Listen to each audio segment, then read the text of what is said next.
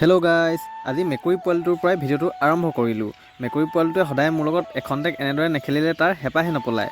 সদায়নো ইয়াৰ লগত কিমান খেলিম, সেইকাৰণে আজি দাদাকেইজনৰ লগত প'জ দিবলৈ, নজনা মানুহজনকো প'জ দিবলৈ শিকাই আমি আমাৰ যাত্ৰা মৰাণলৈ বুলি অব্যাহত ৰাখিলোঁ। আমি গৈ আছোঁ মৰাণৰ এখন বিখ্যাত ৰিজৰ্ট নমস্কাৰ অৰ্থাৎ খুবটাঙলৈ বুলি। আচলতে আহোম শব্দ খুবটাঙৰে অসমীয়া সহজ অৰ্থ হৈছে নমস্কাৰ।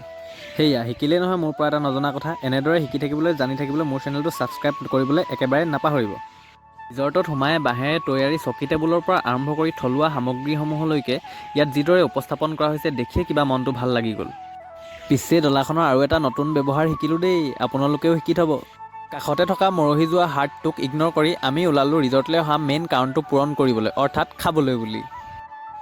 মাটিৰ ওপৰত থকা এইখন আচৰিত দলঙেদি আমি গৈ আছোঁ আমাৰ গন্তব্যস্থলী, য'ত আমি হাঁহ আৰু গাহৰিৰে এসাঁজ উদৰ পূৰাই জুতি লগাই খাম।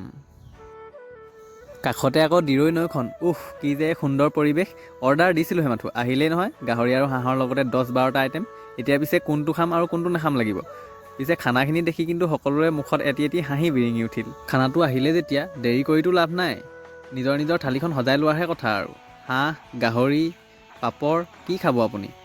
আইটেমৰতো কোনো অভাৱেই নাই। এতিয়া আৰু ৰৈ থাকিব নোৱাৰি, খোৱাৰহে কথা। পিছে আপোনালোকেও জিভাৰ পানী সামৰি থ'ব নালাগে, কিবা এটা খাই লওক গৈ। বাই।